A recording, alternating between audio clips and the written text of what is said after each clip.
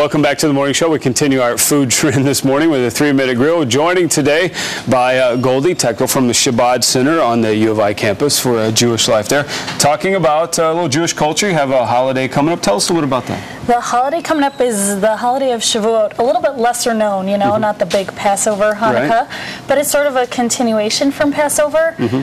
Passover is celebrating the freedom of the Jews leaving Egypt, celebrating the freedom from slavery, and after that they found out they'll be receiving the Torah, which may refer to as the Old Testament. And so they found out about that, and they said they were so eager that they started counting down the days, exactly 50 days from their freedom. It's 50 days after Passover is the holiday of Shavuot. And really celebrating, realizing that you can't have true freedom unless you live in a proper society. You know, if you're still oppressed by others, your freedom isn't true and complete. And that's really the celebration of Shavuot, the completion of, you know, true freedom. Sure.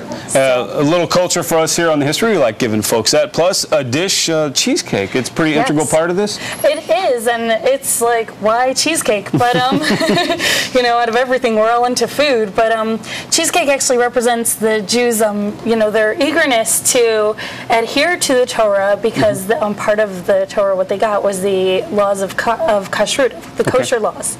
And not knowing how to properly slaughter the animals in the humane way and the right way and all the details involving that, they stayed away from any meat products for a few days until they got that all down and only eating dairy foods.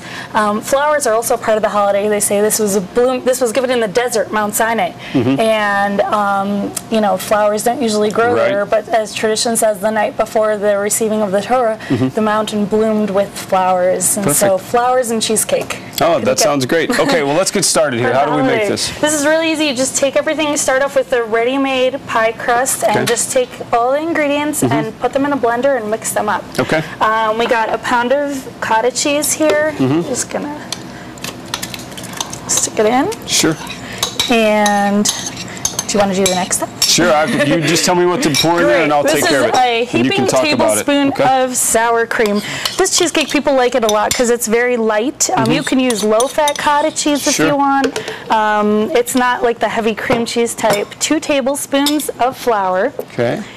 And 2/3 of a cup sugar. And then the 3 eggs. Do you want to do the eggs? Yes. Great. And drop them all in. Yep. Just drop it and mix it. Okay. A 1.5 teaspoons of lemon juice. We're just going to mix it up, put it in the pie crust, and let's put the lid on it. Yes, good point. This doesn't always.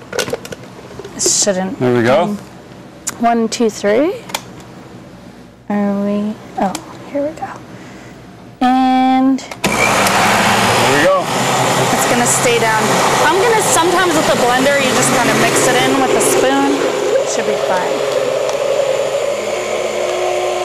Okay, we're gonna finish this up in the next segment. So we're gonna do all this, and then you're gonna show it at the end. We'll talk more about what you guys have coming up there, because it's kind of hard to hear over the mic when this thing's going. So we'll finish it all up, and if you want more information on the festival and the Taste of the Torah, there it is right there, May 28th, 8:30 at the Chabad Center on campus. We'll be right back.